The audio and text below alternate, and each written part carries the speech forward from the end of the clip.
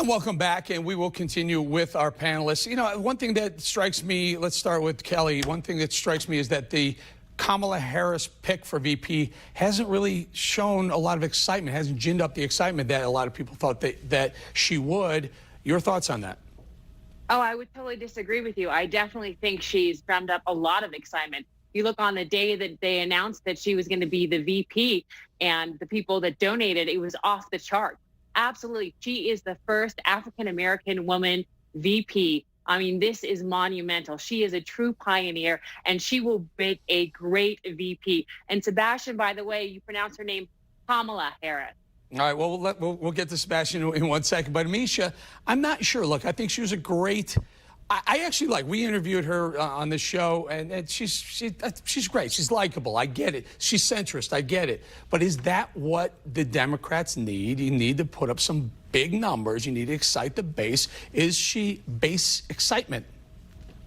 She is. There are a lot of boxes that Kamala Harris checks off, one of which being strong, being strategic, being an excellent fundraiser. But also, she's someone who has an embedded base. And I would not doubt and would tell anyone that do it at your own discretion, but do not count out the importance of African-American women to the Democratic electorate. It is the most fundamental, the most longstanding, the most loyal base of the Democratic Party. Choosing Kamala Harris is going to really set the stage to bring out this base. And I don't think that that's going to be something that we're not going to see happen in November, but also the ever-growing Asian American population as well. She checks off a lot of bases. She's also someone who knows how to throw some punches, and she's extremely strategic, and we're going to see that throughout this race. Let me go to Jason. Jason, let's do some numbers. You're a lecturer at Maryland. I know you do the numbers. You and I do the numbers quite a bit. Let's talk about that a little bit. African Americans represent about 13% of the electorate. That you divide that in half for female African Americans. Listen, I get it.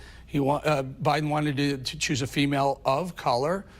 Was there a different choice that may be excitement to the base? Kamala Harris is going to have a lot of problems. Jason, you yourself, let me ask you. Is she good for the African-American community, her policies that when she was prosecutor in California and since?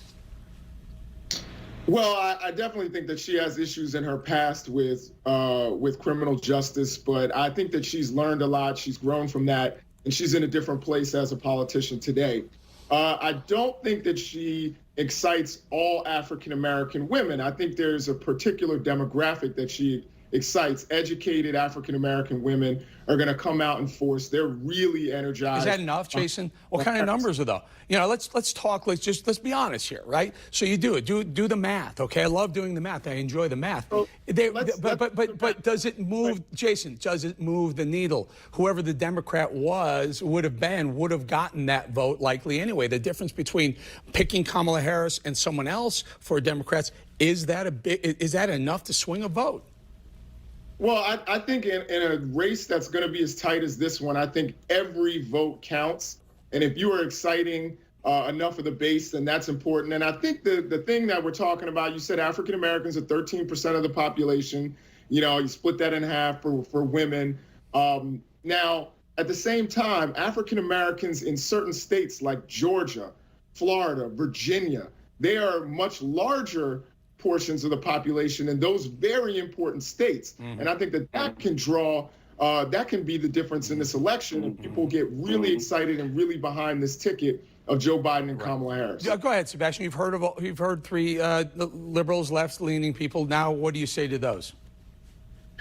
Really, the Democrats are so excited about Kamala Harris that Barack Obama's wife couldn't be bothered to record a video message after her nomination, didn't even mention her in her speech. That's how excited they are. Look, you are a math guy, you're a numbers guy, Eric. Let's look at the numbers. CNN, not exactly a Trump favorable network, did a poll this weekend where they found that the president has cut his gap with Biden by 10 points, double digits. What's the embarrassing thing, Eric? That 10-digit closure happened after Kamala Harris was nominated. This is a slap in the face for Democrats. It's a slap in the face for Kamala. And lastly, from a personal note, The idea that I would be chosen for a job based upon my skin pallor and my gender, I would never want that job. And if I'm Kamala Harris, I'd be disgusted that that's why I'm being chosen.